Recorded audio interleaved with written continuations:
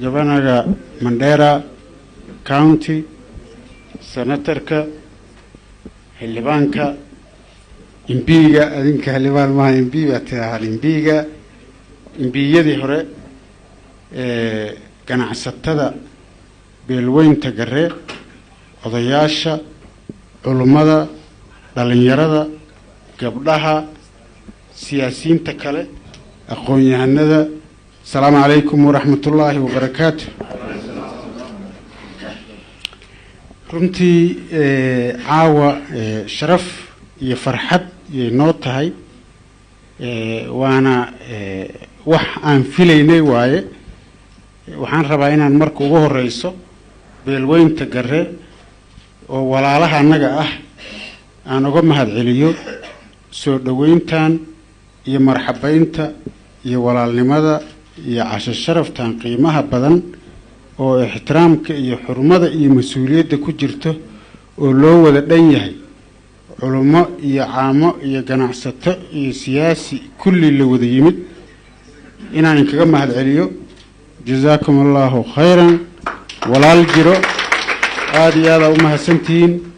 waxayna tusaysaa wixii aan aaminsanayn iyo walaalnimadii aan qabnay iyo wixii aan inka tabaynay inay sidoodii u jiraan marka aad iyo aad u mahadsantiin midda labaad annaga waxaan ka nimid Soomaaliya wafdi balaaran baan ahayn arrimo shaqaan u nimid Kenya hadduu ilaahay yiraaho saddexdan beri oo soo socotana waa joogi doonaa kadibna dalkii baan ku noqon doonaa insha Allah dalkii iyo dadkii aan ka nimid oo dadkiina ahaa oo ehelkiina ahaa idin tirsanayay way nabad qabaan waa fiican yihiin dadkaas ayaga ahaan mas'uul u nahay waana dadkiina dadka ugu xoolaha badan ugu khayraadka badan ugu dhulka badan ugu populationka badan dadka adinka ah ka soo jeedaan waaye dadkaasan mas'uul u nahay ilaahay idankiisa waxaan rajaynaynaa in aan gaarno dadkaas nin walba wixii uu rabo inuu ka shaqeysto oo mustaqbalkeeda oo helaan ka shaqeynayna waxaan sheekaysanay mas'uuliyiinta inta joogto waana waxaan aaminsanayn oo hore u aaminsanayn dadka waxa la yiraahaa dhaliyo dhagdow dhaliyo hoobaad dheegda dhagdow nin kasta wuu og yahay ninka la dhashay meeshuu joogo dhaliyo dhagta waa idinku xisaabtamaya waxaa idinku xisaabtamaya dadkaas reer koonfur galbeed waxaa idinku xisaabtamayo oonan ogeyn oo idin tirsanayo diil iyo miriflo meel walba uu joogo waxaa idin tirsanayo dadkii beesha ka soo jeedeen oo Garre oo aan aaminsanahay dadka degan Kenya inay laba jeer ka badan yihiin dadka degan Soomaaliya laba jeer maxaa yeelay baay iyo shabeellada hoose waa degan shabeellada hoose inta degmo ay tahay 8 degmo waaye 8 degmo dad degan waaye 8 degmo laga helayo oon is aqoonin oo u baahan dadkaas ayaga adinka dad u ah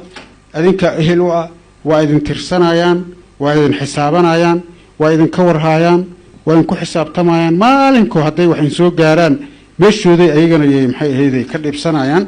waxay u baahan yihiin marka maanta ilaahay mahadiisa horumarka dadka Garre oo Kenya joogo oo aqoonta ah iyo bisaylka iyo ganacsiga ay haystaan ma haystaan ay walaysadaas jiro dadka walaalihiina ah ina u gurmataan oo aqoontii waxbarashada ka kaalmeysaan waxa Soomaaliya lagu joogo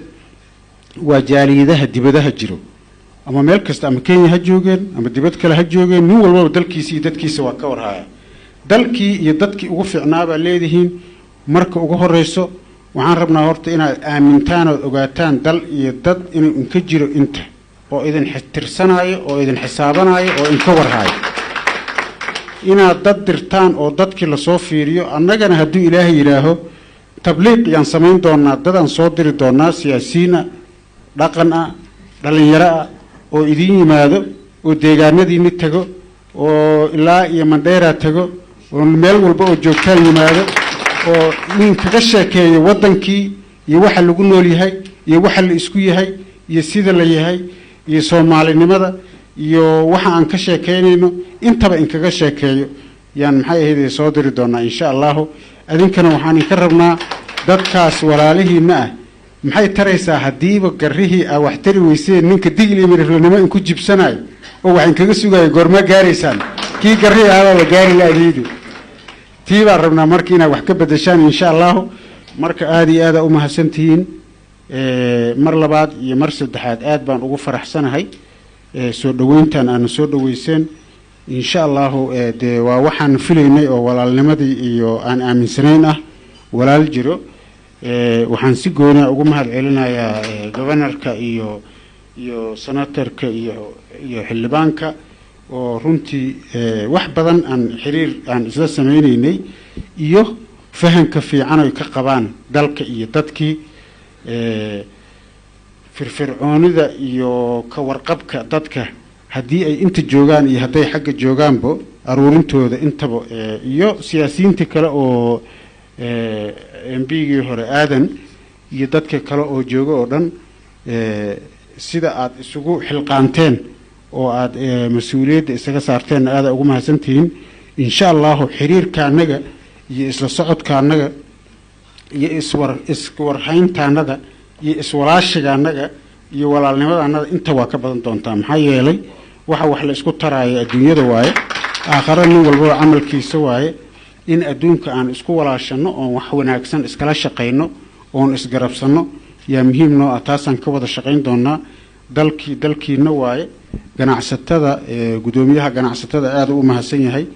waxaan leenahay inuu ku soo dhawaada dalkiina ku soo dhawaada deegaankiina ku soo dhawaada meel in ka jecel yahay oo in ka tabayo maalgashi ka sameeysta mashaariic ka fuliya business ka sameeya dadka dhalinyarada oo aqoon-yahanada oo inta joogo wax soo bartay hay yimaadeen shaqaha u yimaadeen siyaasadha u yimaadeen inta xil laga qabanayo dhan ha ka mid noqdeen oo wax ka qabteen aynagana waa soo dhaweynayna insha Allah adinkana guul baa idin rajeynayna aad iyo aad u mahadsantiin